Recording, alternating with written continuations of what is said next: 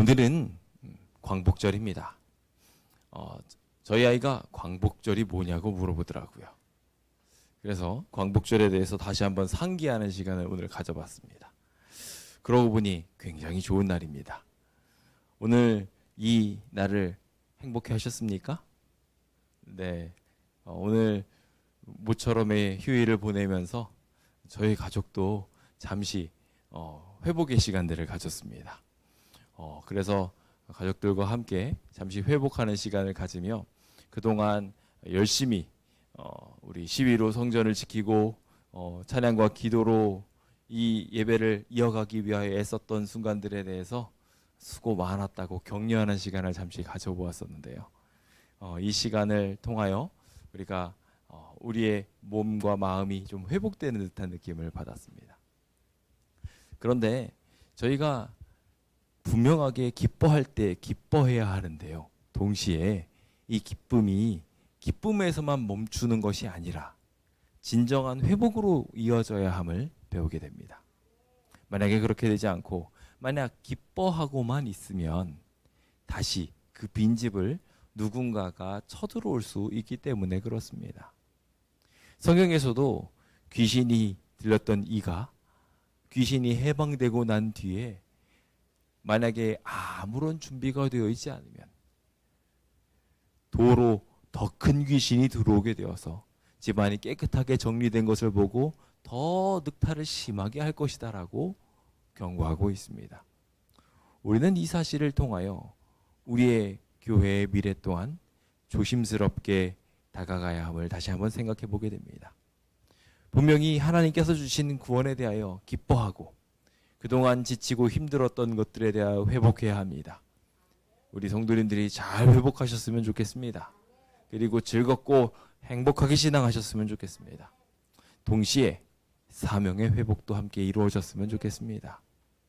우리를 위하여 홍해를 가르신 놀라운 기적을 오늘 우리의 삶 속에서 기쁨으로 맞이하는 것으로 끝이 아니라 이제는 서서 주님의 백성으로 홀로 서기를 제대로 진행할 수도 있어야 하는 것이지요.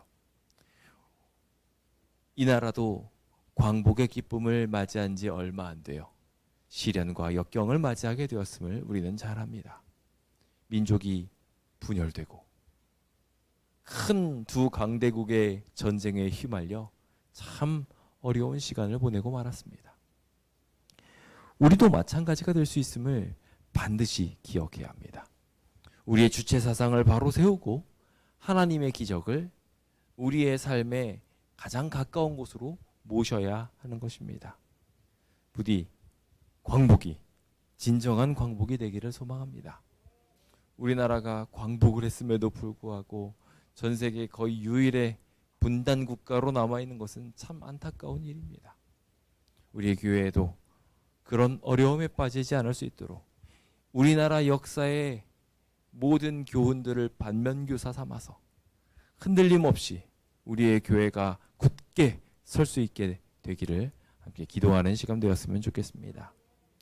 저는 그 이야기를 살펴보기 위하여 예루살렘의 멸망과 새 사명이라는 키워드를 가지고 에스겔 33장, 34장에 있는 말씀을 함께 읽어보도록 하겠습니다. 먼저 오늘 본문에 있는 말씀을 살펴보기 전 요한복음 21장 17절에 있는 우리의 사명에 대하여 다시 한번 확인해 보는 시간을 갖고자 합니다. 함께 읽어보겠습니다. 시작.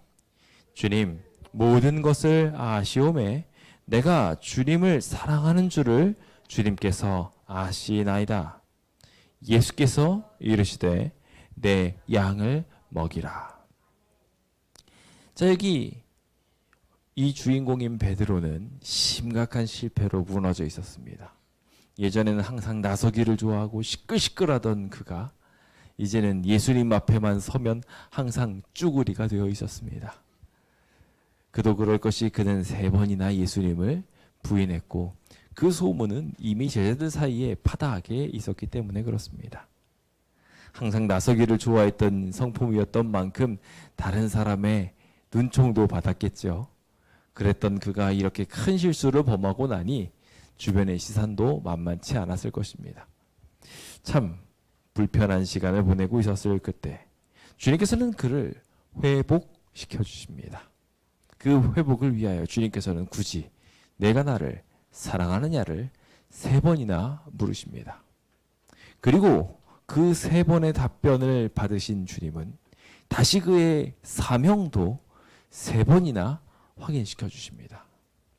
그는 이 3번의 확인을 진행하면서 예수님께서 마지막 날 밤 너가 실패하고 무너질 것이지만 돌이키고 난 뒤에 내 양들을 지키고 먹여달라는 그 이야기를 떠올릴 수밖에 없었을 것입니다. 그는 그 사명으로 돌아가기로 결심합니다.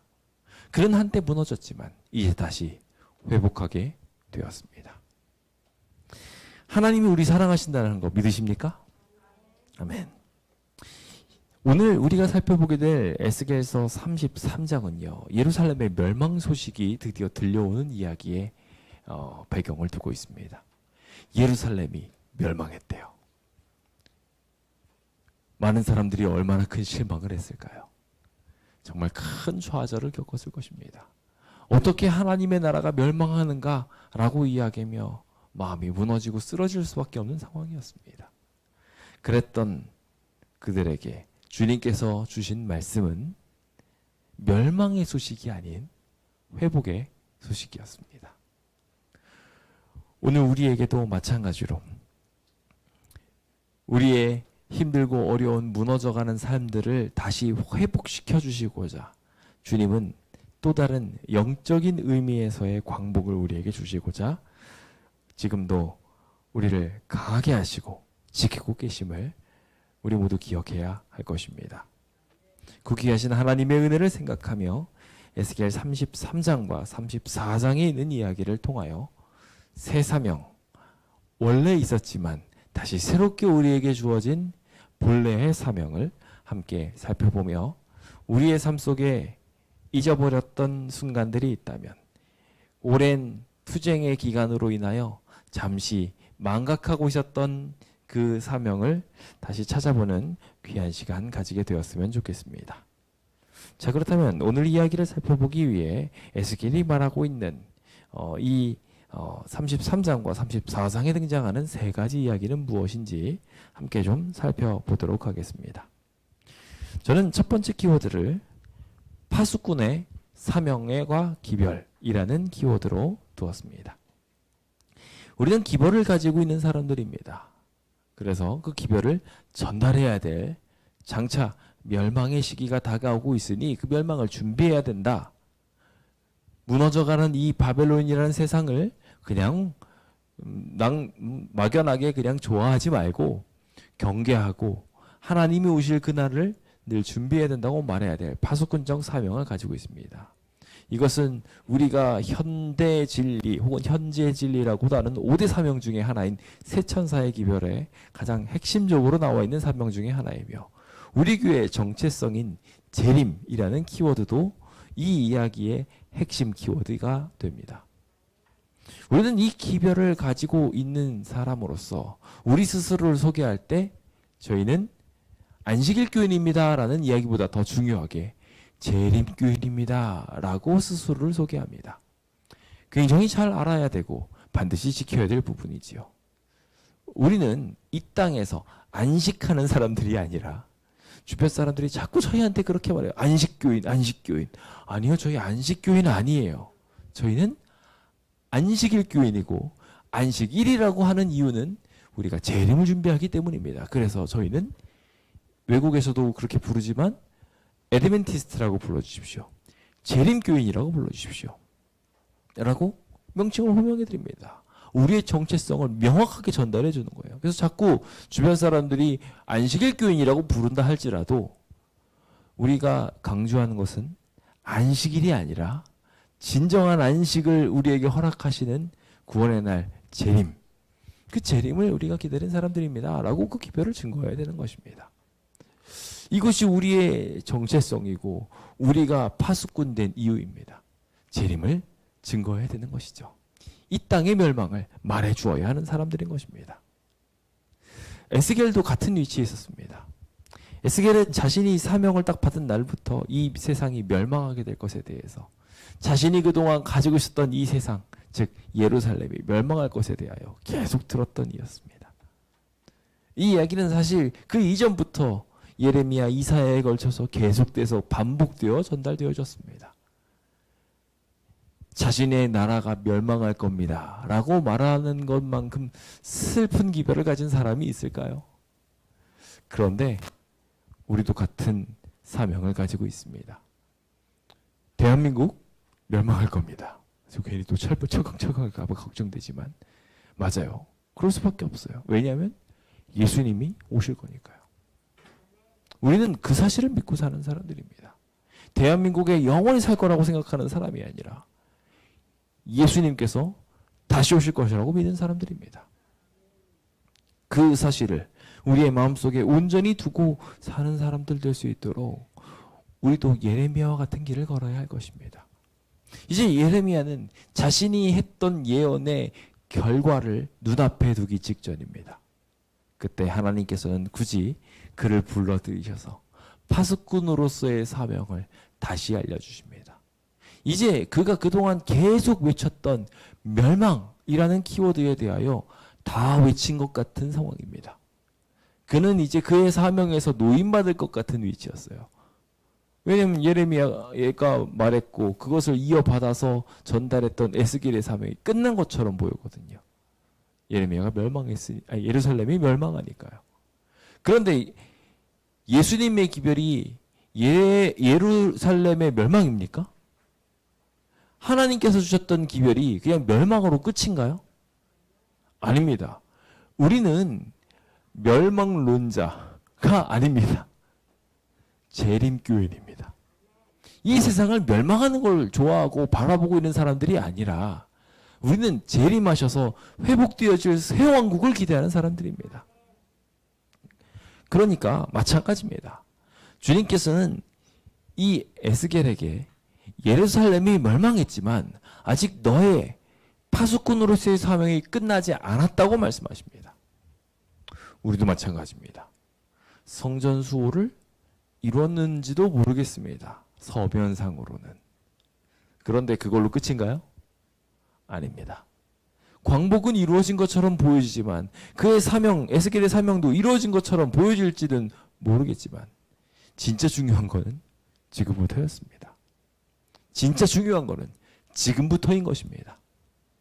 우리는 그 사실을 명확하게 알고 준비해야 될 필요가 있습니다. 이 나라가 잘 준비되지 않았을 때 비어있는 집을 침탈했던 강대국들이 있었던 것처럼 우리도 마찬가지로 이 성전을 지키는 일에 최선을 다하지 않으면 비어있는 성전을 누군가가 침노하여 우리가 원래 계획했던 그 계획과는 전혀 관계없이 분명히 우리는 광복하여 이루어진 서면들이 있는데 그게 백지창처럼 되어지며 결국 나라가 나뉘어지고 강대국의 기대에서 존속할 수밖에 없는 그러한 모습으로 탈바꿈하게 될 수도 있다는 것입니다. 그러므로 깨어서 우리의 정체성을 회복하도록 노력합시다. 주님은 그래서 이 멸망의 메시지가 있는 그날에 에스겔을 향하여 기별을 외치게 하심으로 사명의 회복을 이루도록 하셨음을 보게 됩니다. 즉 멸망의 소식 속에 주님은 동시에 회복의 소식을 넣어 주셨던 것입니다. 죄악 세상으로서의 해방, 또 다른 광복을 맞게 하신 우리 주님의 이야기를 이제 함께 살펴봅시다. 자, 33장에 보시면은 이제 파수꾼에 대한 역할들을 이야기하고 있습니다. 우리가 잘 알고 있는 이야기예요. 칼을 가진 백성들이 이제 하나님의 백성들을 침탈하기 위해서 쳐들어오고 있습니다.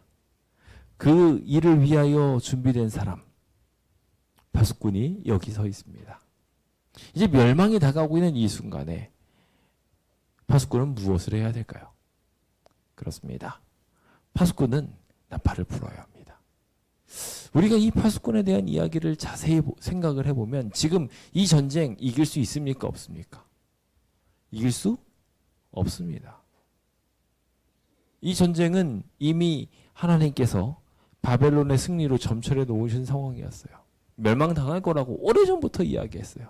그러니 차라리 순탄하게 그들에게 복종하라고 이야기했는데 끝끝내 고집 피우고 있는 이들이 지금 여기 모여 있습니다.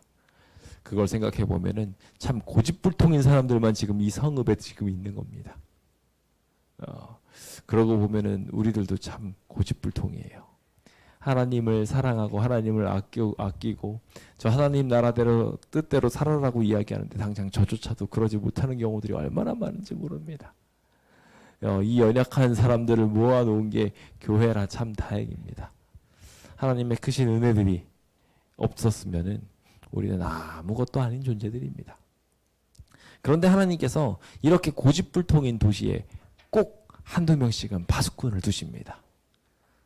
그냥 다 멸망을 향하여만 가도록 하는 것이 아니라 한두 명은 기별을 받아서 깨어있도록 말씀하셨던 것이죠. 그 사명을 받았던 이 중에 하나가 바로 에스겔이었습니다. 그 사명을 받았던 이들 중에 몇몇이 이스라엘에 속해 있었고 그것이 어쩌면 여기 계신 우리 성도님들이시라 생각됩니다. 특히 이렇게 화요일에 정예 멤버들로 모이신 분들은 특히나 하나님의 큰 기대를 받고 있는 하나님의 일꾼들 중에 하나라고 저는 생각을 합니다. 주님께서 더 많이 복을 주실 것입니다. 이들이 파수꾼으로 삼아진 이유에 대하여 주님께서 말씀하시면서 이 파수꾼은 이제 멸망할 사람들에게 멸망을 알리는 신호를 부하고 불어줘야 된다는 겁니다. 우리는 너무나도 잘 알고 있는 이 파수꾼의 사명, 곧 멸망할 거니까, 곧 예수님 오실 거니까, 주님이 이야기하신 이 세상이 곧 올 거니까, 바벨론 무너질 거니까 거기서 나오십시오라고 우리가 말해야 된다는 것입니다. 그들이 이 나팔 소리를 듣고도 정신을 차리지 않으면 결국 그 사람 잘못인 것입니다. 그런데 만약에 칼이 임함을 보고도 파수꾼이 나팔을 불지 않는다면 어떻게 될까요? 이거는 심각한 문제가 되는 것입니다. 파수꾼이 나팔을 불었음에도 불구하고 안 피했다면 파수꾼은 아무 문제가 없었지만 파수꾼이 자신이 해야 될 사명을 하지 않았다가 사람들이 죽는다면 여기 있는 이야기를 보면 그 백성도 이미 죄가 있어요. 왜냐하면요, 앞서 제가 말씀드린 것처럼 이 성읍은 멸망할 도시거든요. 그래서 그가 죽는 이야기도 자기 죄악으로 말미암아 제거될 것이다라고 이야기하고 있어요. 이미 여기 남아있는 것 자체가 자기 죄악으로 인해서 멸망할 수밖에 없어요. 이 지구에 살아가는 것 자체가 우리는 죄인이라는 증거예요. 우리는 다 죽을 수밖에 없고 죄의 삭스로 사망할 수밖에 없습니다. 그런데 그가 그렇게 자기 삭스로 죽게 되는 그 상황 중에 있을 때 한 사람이 더 책임을 지게 됩니다. 멸망이 다가옴을 보고서도 아무런 나팔을 부르지 않은 사람. 슬프게도 그렇게 된 사람은 멸망을 맞이할 수밖에 없게 되는 것을 우리는 보게 됩니다. 우리는 그래서 곰곰이 생각해 보아야 합니다. 내 사명은 지금 잘 이루어져 가고 있는지. 만약 우리가 그 사명을 제대로 수행하지 못하고 있는다면 이것은 우리에게 심각한 문제를 불러올 수 있다는 것을 생각해 보아야 합니다. 만약에 그렇게 해서 다른 사람도 살았다 할지라도 나도 죽지 않았다 할지라도 여전히 문제는 남아 있습니다. 곰곰이 생각해 보십시오. 자신의 사명을 다하지 않은 이가 어떻게 끝까지 책임을 면할 수 있겠습니까? 죽었다 하면 죽은 사람들의 친척이 와가지고 우리한테 핏값을 요구할 것이고, 살았다 하더라도 내가 그것으로 인해서 큰 피해를 보았다고 이야기하며 나팔을 불지 않았던 증인이 되어 우리에게 나타나게 될 것입니다. 당신들은 알았습니까? 우리는 알지 못했습니다. 라는 이야기가 마지막 시대에 울려 퍼질 거라고 분명하게 말하고 있습니다. 우리 주변에도 그와 같은 이들이 분명히 있을지도 모릅니다. 그러므로 내 입의 말을 듣고 나를 대신하여 말할 사람, 파수꾼이 지금 필요합니다. 여러분들의 가정 근처에는, 여러분들의 이웃들에는 재림의 소식들이 잘 들어가고 있습니까? 주님의 오심이 다가오고 있습니다. 우리가 그 소식 잘 전해야 되지 않겠습니까? 악인을 향하여 악인아 너는 반드시 죽으리라 하였다 하자라고 이야기하며 주님께서는 그 이야기를 하게 하면서 그 경고하여 그 길을 떠나게 하지 아니하면 악인은 자기 죄악으로 말미암아 죽지만 내가 그 피를 내 손에서 찾을 거라고 말하고 있어요. 만약에 우리가 그것을 말하지 않았다면 악인에게 너 멸망할 거야 라는 말 안 한다면요. 악인이 죽는 거는 자기 마음대로지만 그 기별을 말하지 않았으므로 나에게 책임이 온다는 거예요. 우리가 속단하면 안 됩니다. 아무리 약한 사람이라 할지라도 그 사람한테 경고해봤자 소용없어 라고 이야기하고 덮어버린다면 지금 이 조항에 걸리는 것입니다. 하나님은 우리에게 살라는 메시지를 반드시 전하게 하기를 기대하고 계십니다. 우리 주변에 우리의 도움이 필요한 이들이 있지는 않습니까? 나아가서 그들에게 주님이 바라시는 살라는 기별을 잘 전달할 수 있게 되기를 간절히 소망합니다. 우리 11절에 붉은색으로 표시된 글씨가 있습니다. 주님의 뜻을 분명하게 함께 좀 읽어보도록 합시다. 함께 읽어볼까요? 시작. 나의 삶을 두고 맹세하노니 나는 악인이 죽는 것을 기뻐하지 아니하고 악인이 그의 길에서 돌이켜 떠나 사는 것을 기뻐하노냐. 지금 에스겔에게 우리에게 그 사명 주고 계십니다. 돌이키고 돌이키라. 너희 악한 길에서 떠나라. 어찌 죽고자 하느냐. 라는 주님의 한탄 어린 그 마음이 오늘 우리에게도 들리게 돼요. 다른 이들에게 살라는 메시지가 잘 전달될 수 있게 되기를 함께 소원해 봅시다. 이와 같이 우리가 첫 번째 회복해야 될 사명은 파수꾼으로서의 사명은 바로 기별을 전달하는 것입니다. 주변 사람들한테 예수님이 오실 것이니 하나님의 나라가 곧 오게 될 것이니 우리가 기대고 있는 이 세상은 곧 멸망할 것이니 그거 준비하라고 말해주는 우리가 가진 기별 전달하는 것이 첫 번째 우리가 해야 될 일입니다. 교회는 회복했을지 모르지만 그 일 수행해야 되는 것입니다. 수행하기 원하십니까? 그 일이 잘 이루어지게 된다면 주님은 우리 교회를 더욱 가득 채우실 수 있으십니다. 우리의 성전이 주님의 기대대로 가득가득 주님의 기별을 받아들인 이들로 살아있는 방주로 가득 채워지게 되기를 예수님의 이름으로 축원드립니다. 두 번째로 주님께서는 우리에게 두 번째 비전을 주십니다. 또 하나의 비전은 바로 순종이라는 키워드입니다.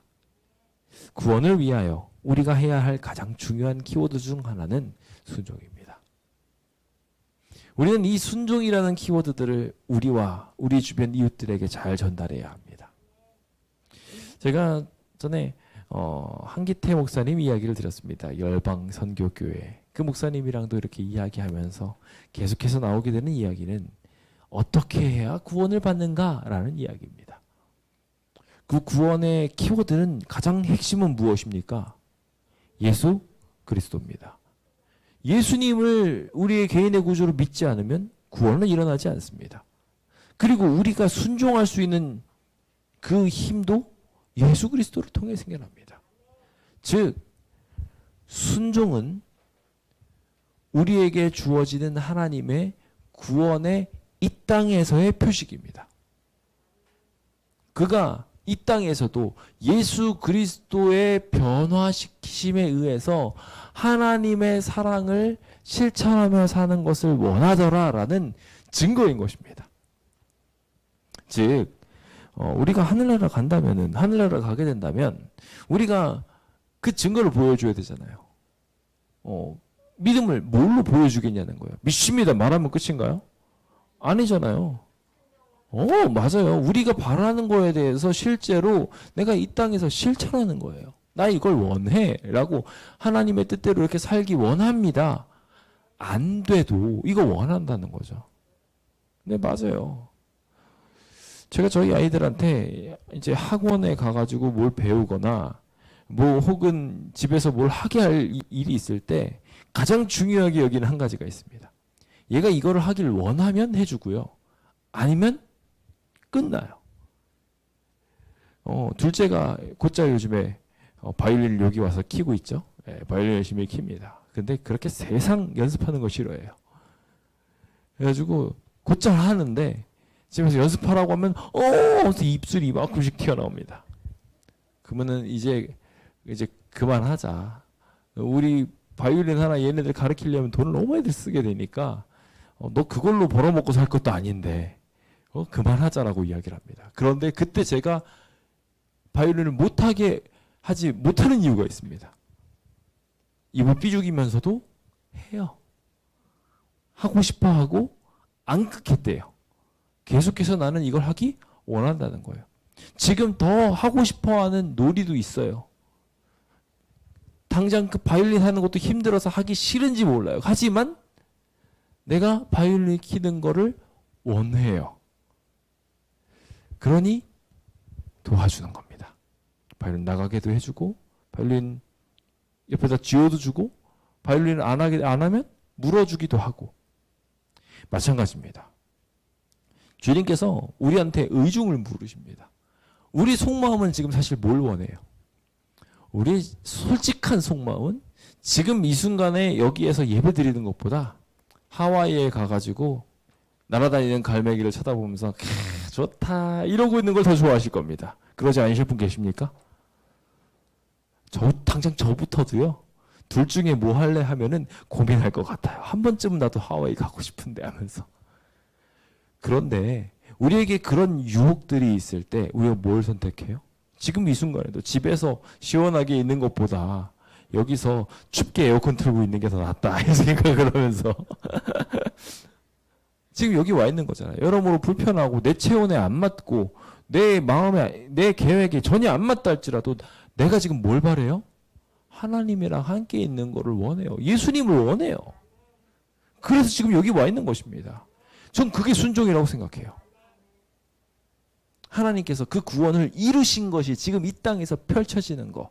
계속 그렇게는 못 산다 할지라도 주님께서 우리의 삶 속에 이런 것을 원한다는 것을 증명시켜 주는 거죠. 인간의 힘으로 안 되는 선함이 꽃 피워지는 것을 보고 저 사람은 예수 그리스도의 역사가 저렇게 꽃 피워지는구나. 그가 진짜 이걸 원하는구나. 그러니까 어떻게 해야 되겠다? 하늘나라 가서 그것이 꽃 피워지도록 만들어줘야 되겠다. 지금 이 땅에서 순종의 여건이 만들어지지가 않아요. 우리가 있는 대로 우리 재산을 다 끌어가지고 주변 사람한테 나눠주고 나면요. 나는 거지가 돼서 죽습니다. 이 땅의 형태예요. 근데 하늘나라 가면 그러지 않아도 돼요. 우리 이거 다 긁어서 줘도요. 옆에 사람도 다 긁어서 나한테 줍니다. 그러니까 아무 상관이 없어요.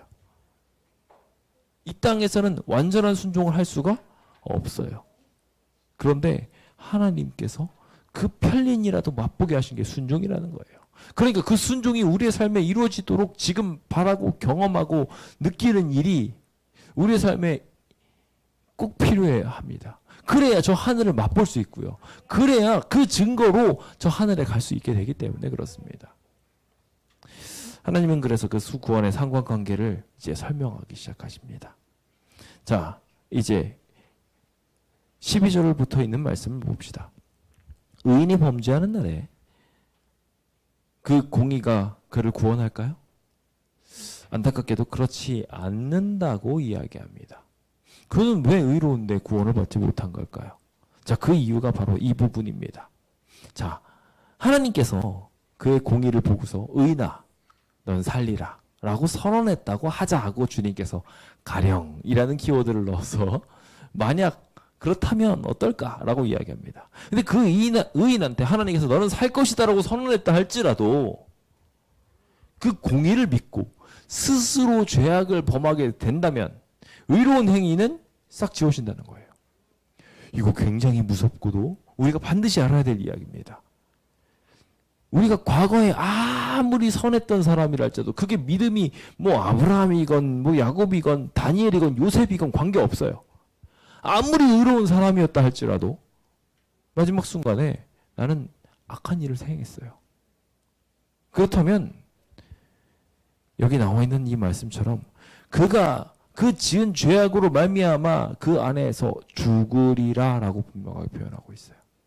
아무리 의로운 사람이라 할지라도 죽을 수밖에 없어요. 우리는 이 사실을 반드시 기억해야 합니다. 의인이라 할지라도 죄악을 행하게 된다면 죽을 수밖에 없습니다. 그러니 아무리 그가 공의롭고 그 전에 있었던 모든 선함이 있다 할지라도 말이죠. 주님은 지금 현 상태 그가 원하느냐 안 원하느냐. 저희 아이가 바이올린을 그 전에 너무 좋아했고 너무 바이올린을 잘 키고 지금도 잘한다 할지라도 나 이제 뭐 하기 싫어해요. 그럼 끝인 거예요. 지금 현 상태예요. 과거에 아무리 잘했다 할지라도 지금 싫어하면 더 이상 바이올린 안 보내는 겁니다. 똑같아요. 악인이라 할지라도 같은 은혜가 우리한테 주어집니다. 과거에 아무리 악한 걸 했다 할지라도 지금 이 순간 돌아와서 저당물을 돌려주고 강살물을 돌려보내고 생명의 윤례를 지켜가면서 죄악을 범하지 않게 된다면 주님께서는 반드시라는 키워드를 넣으면서 살고 죽지 않을 것이다 라고 이야기하고 있습니다. 지금 이 순간이 중요합니다. 그래서 파수꾼의 사명이 중요해요. 살게 하기 위해서 깨우쳐주는 일이 굉장히 중요하고요. 그것을 듣고 내가 열심히 살아야지 라고 마음을 정돈해서 지금 이 순간 돌아오게 된다면, 회개하게 된다면 주님이 말씀하신 대로 반드시 살리라에 들어갈 수 있게 되는 것입니다. 그래서 우리는 이렇게 작심삼일을 계속 반복하는 겁니다. 3일 저녁마다 예배드리러 와가지고요. 안식일에 결심했던 거 무너졌으면 다시 회복하고 다시 회복하고 다시 회복하고 그렇게 하면서 주님이 내 안에 순종을 이끌어 내주셨으면 하고 우리의 소원을 주님께 아뢰는 것입니다. 그러면 어떻게 한다고요? 주님은 반드시 살리라. 아멘이십니까? 아멘. 주님 뜻 따르겠다고 이야기하면서 잘 안 돼도 계속 그 방향을 쫓아가려고 하는 사람들, 그 모든 이들을 주님께서 지키시고 보호하여 주신다는 것입니다. 참 안타깝게도 이스라엘 백성들은 어떻게 합니까? 그 이야기를 듣고서 바르지 않다고 반응합니다. 하나님의 뜻이 바르지 않다고 이야기해요. 지금 당장 이 이야기를 듣고 여러분들은 어떤 생각을 하셨습니까? 방금 전에 의인과 악인의 운명에 대해서 이야기를 했습니다. 의인이라 할지라도 실수하면, 죄를 범하면, 실수하면이 아닙니다. 죄를 범하면 멸망한다고요. 악인이라도 선을 행하면 구원을 받는다. 좋으십니까? 아니면은 억울하십니까? 혹 억울하신 분들 계시다면요. 지금 유대인 편입니다. 그러면 안 되세요. 유대인들은요. 억울하다고 이야기했어요. 하나님의 법이 틀렸다고 말했어요. 근데 사실 이 법은요. 굉장히 관대하고 구원론적인 이야기예요. 너가 아무리 죄를 저질렀다 할지라도 주원같이 죄를 저질렀다 할지라도 나한테 돌아와라. 그럼 내가 구원해 줄게요. 정말 쉬운 거잖아요. 그쵸? 예, 쉬운 거예요. 내가 죄를 저질렀다 할지라도 평생 의롭게 살다가 한 번 실수하는 게 어려워요? 아니면은 평생 죄를 지었다가 주님께 한 번 돌아오는 게 더 쉬워요? 되게 어렵게 생각하시나 보네요. 그러면은 100가지를 잘하는 게 쉬워요? 아니면은 한 가지를 잘하는 게 쉬워요? 너무 쉬운 거잖아요. 평생 동안 100가지를 잘하는 거 하다가 한 가지 실수하면 실패하는 거, 이거 굉장히 무서운 얘기처럼 보이지만요. 하나님이 본래 말하고 싶은 건 100가지를 잘못해도 한 가지 잘하면 구원해 주겠다는 거예요. 이거 진짜 우리에게 의로운 이야기고 감사한 얘기거든요. 근데 유대인들은 이거 보고서 뭐라고 생각했냐면요. 아니 나는 그동안 개미처럼 부지런하게 일해서 내 의를 이만큼 쌓아놨는데 그거 다 사라진다고요? 내가 지금 잘못하면 다 사라진다고요? 그것만 생각하고 있는 거예요. 사라져도 지금 다시 믿으면 다시 구원이 만들어지는 건데 그건 생각 안 하고 옛날에 난 잘해놨으니까 지금은 내 마음대로 좀 살아도 되지 않을까요? 아니라는 거예요. 그렇죠? 사단의 정신이에요. 그리고 그 정신에 빠져서 과거에 아브라함, 이삭, 야곱이 벌어놓은 그 공의에 아직도 의거해서 자신은 죄악을 범하고 있으면서 난 여전히 구원받을 백성이야 라고 착각하고 있었던 이들에게 주님은 예루살렘 멸망 소식을 들려주십니다. 진짜 공의가 무엇인지, 지금 무엇을 하고 있는지를 깨닫게 해주시는 하나님의 이야기인 것을 보게 됩니다. 그 이야기를 듣고 있는 이 순종의 메시지를 듣고 있었던 에스겔은 더 이상 잠잠하지 않기로 결심하게 되는 것을 보게 됩니다. 죄악을 행하면서 약속의 땅을 계속해서 주장한 그의 결과는 결국 멸망으로 갈 수밖에 없었음을 보게 됩니다. 그들은 고기를 피채 먹었으며 우상들에게 눈을 들며 피를 흘렸던 그들이 하나님의 기업인 약속의 땅을 계속해서 소유할 수는 없었던 것입니다. 그러므로 죄악을 행하면서 약속의 땅의 권리를 주장했던 결과는 결국 사라짐을 당하게 할 수밖에 없게 되었던 것입니다. 우리가 출애굽에 대한 이야기를 자세히 공부하다 보면요, 출애굽기에 이제 마지막 대미인 가나안 정복 이야기를 딱 정복하는 이야기에 뭐라고 나와 있냐면, 이스라엘 백성들이 가나안을 정복했던 이유에 대하여, 그래서 그들을 다 진멸했던 이유에 대하여 이렇게 설명합니다. 가나안 백성들이 아브라함 때부터 기별을 듣고 있었는데, 무려 430년 동안 그들에게 기회를 주었는데, 다시 이제 요셉의 관을 이어지고 나왔던 그들에게 멸망당할 수밖에 없었던 이유는 주님께서 430년을 기다려 주셨음에도 불구하고 그들이 아브라함의 기별에 순종했어요? 안 순종했어요? 안 순종했어요. 그들은 더욱 심각하게 우상 숭배했고 더욱 포악해졌고 더욱 강대한 민족을 만들며 하나님을 향하여 교만한 마음을 품고 있었어요. 주님은 그래서 그 아이들까지도 다 진멸하셨던 거예요. 동일합니다. 이스라엘도 그렇게 멸망하게 되었어요. 우리도 마찬가지가 될 수 있습니다. 그러므로 이제부터 우리는 순종하는 일들을 위하여 우리의 마음을 모아야 할 것입니다. 함께 그렇게 결심해 보시겠습니까? 주님의 뜻대로 살기로, 그 한 가지의 주님의 뜻을 따르는 그 길을 걷기로 함께 결심해 보시겠습니까? 만일 이 세상 사람들이 입으로는 주님을 찬양하면서 손으로는 죄악을 행합니다. 주님은 거기에 구원을 넣으실 수 없습니다. 지금 한순간만이라도 주님께 돌아가는 백성들, 그 백성들을 주님 지금 찾으시고 계십니다. 그 구원에 동참하게 되시길 예수님의 이름으로 축원드립니다. 저는 이제 마지막으로 34장에 있는 이야기를 보게 될 텐데요. 이 이야기는 아주 빠르고 간결하게만 전달해 드리도록 하겠습니다. 우리가 마지막 가져야 될 세 번째 이야기는 두 가지가 합쳐진 겁니다. 앞서 말씀드렸던 파수꾼의 사명과 두 번째 이야기했던 순종의 이야기가 합쳐져서 결국 우리에게는 목자로서의 의무가 있어요. 양떼를 돌보아야 될 그 사명이 오늘 우리에게 주어져 있고, 그것을 위하여 우리 교회가 불리움을 입었습니다. 그것을 우리가 하지 않는다면 맛을 익은 소금 같은 취급을 당할 수밖에 없는 것입니다. 이스라엘을 왜 가나안 땅에 두었습니까? 가나안 땅에 이스라엘을 두었던 가장 큰 이유는 결국 주님의 구원을 주변 사람들한테 전파하기 위함이었어요. 아브라함을 그 땅에 두어서 복의 근원이 될지라, 복이 될지니라고 이야기했어요. 주님은 그 복을 이스라엘을 통하여 나누게 하길 원했어요.